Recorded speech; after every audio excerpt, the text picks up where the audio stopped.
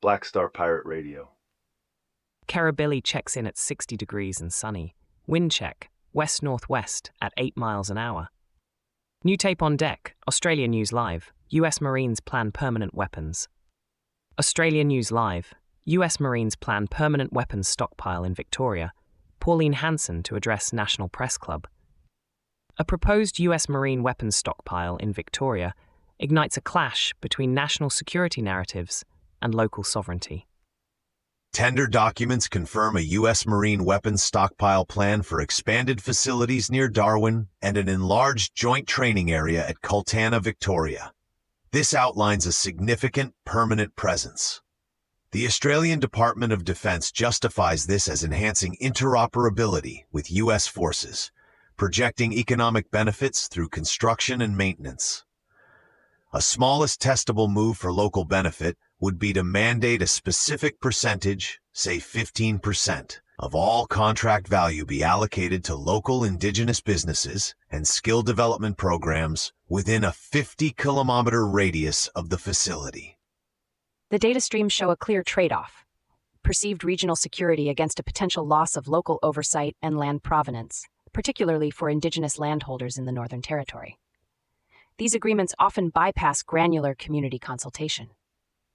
The cultural lineage here speaks to historical dispossession, and the responsibility to carry this forward to hold the line falls directly to traditional owners and local environmental advocacy groups who must ensure their voices are amplified. The neon tube flickers, the color of a wound that won't close, and the room holds its breath for a second. Patching in a caller, the pattern auditor. You're on the signal. This is the pattern auditor. I'm seeing inconsistencies. Where is the evidence that these plans genuinely protect Australia more than they serve a wider strategic posture? Show me the receipts for local benefit versus global ambition. A sharp query, pattern auditor, and one we need more of. Skepticism is a vital tool. The public record isn't always explicit on the direct local protections, is it? We observe a shift where national defence policy, often opaque, overshadows regional ecological and cultural concerns. Kaylin, what's a playable next step for communities facing these structural pressures? An actionable next move experiment. Local councils, bolstered by Indigenous representative bodies, demand full transparency on environmental impact assessments and resource allocation. They could use the gig passport mesh, specifically local signal radar, to coordinate public forums and collect real-time data on TogeeVision.com specific concerns. This builds a counter-architecture of consent from the ground up, placing dignity at the core of resource decisions. That's the work, isn't it? Building architectures of consent. It means auditing the pattern, not just accepting the declared purpose. We're not just consumers of information, we're architects of our shared reality. Shifting focus, we turn now to a darker current from Southeast Asia. US diplomat found dead in Myanmar as police treat case as possible homicide. A US diplomat's suspicious death in Myanmar casts a grim shadow over already fragile international relations and raises urgent questions about accountability. Concrete facts.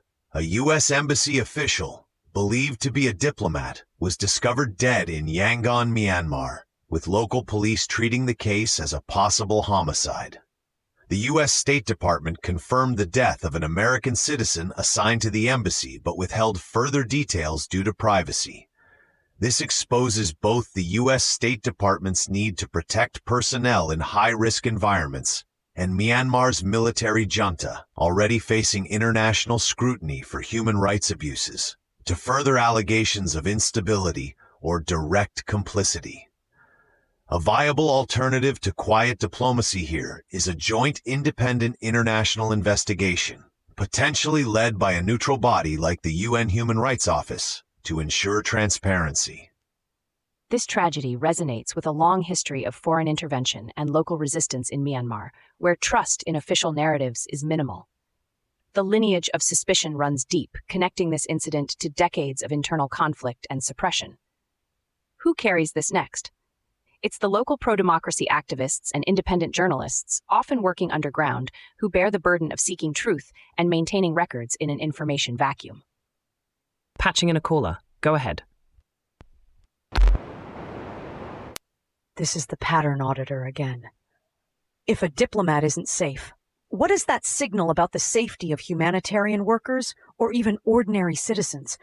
What's the real cost of engagement in a state like Myanmar, beyond the immediate human tragedy? A critical question, pattern auditor. The cost of engagement extends beyond human lives. It impacts diplomatic leverage, aid effectiveness, and the very perception of international justice. The death of a diplomat in a volatile region pushes us to confront the limits of traditional statecraft. Kaylin, how do we bend the rules here to reveal better systems for protecting those operating in such precarious zones? A playable next step involves leveraging decentralized secure communication networks for all diplomatic and humanitarian personnel in high-risk zones, like a peer-to-peer encrypted mesh that operates independently of state-controlled infrastructure. Think of a digital safe haven protocol that automatically backs up intelligence and communications to distributed ledgers, ensuring provenance and resilience against state capture or compromise. This shifts the architectural signal from relying on a single embassy's security to a distributed, verifiable network of information. We have already run that tape. Here is the closed-loop takeaway. Superpowers in the 21st century often not able to defeat smaller powers. The 21st century redefines superpower as conventional might struggles against agile, smaller adversaries, challenging old doctrines of dominance. 2. Black Star Pirate Radio. Continue the signal at TogeeVision.com. Tune in, Sparks and Stories, Gig Passport.